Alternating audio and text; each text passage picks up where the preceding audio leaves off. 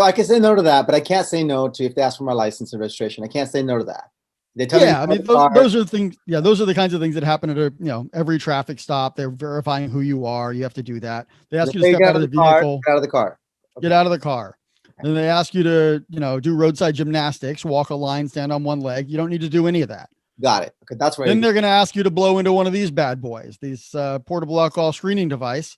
You don't have to do that either, unless you're on DUI probation already, in which case you probably know the game already. But yeah, you don't have to blow into this bad boy. And most likely, though, at that point, based on their odor of alcohol and what they believe is slurred speech and red watery eyes and all this jazz, they're going to go ahead and arrest you. Okay. Once those silver bracelets go on, once those are on, there they go. Then it's time to choose. Then it's time to choose blood or breath. Because if you don't, they're going to write it up as a refusal case, and then everybody's mad at you for refusing.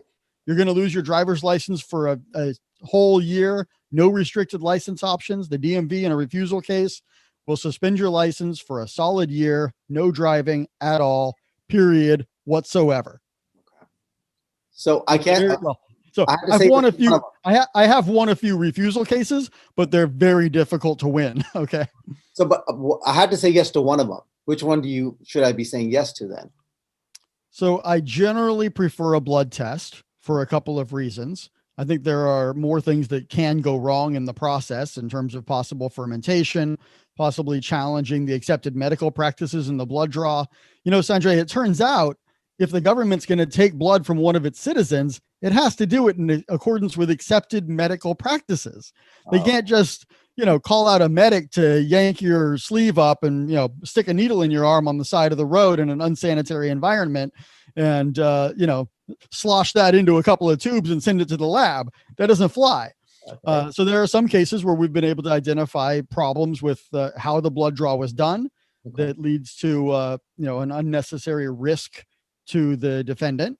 And we can have blood results suppressed on those grounds. We can look into problems at the lab in the way that they're processing and handling the blood. We can look recently, just last year?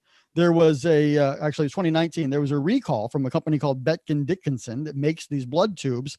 They had a recall because they didn't put the appropriate amount of anticoagulant and preservative into the blood tubes that are used for these evidentiary blood draws.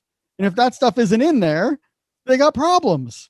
So, we dig into this stuff in every case and look at, where the issues might be. And, if the government has done everything right, then, hey, great. We'll plea out the case. But if there are problems, then we're going to fight.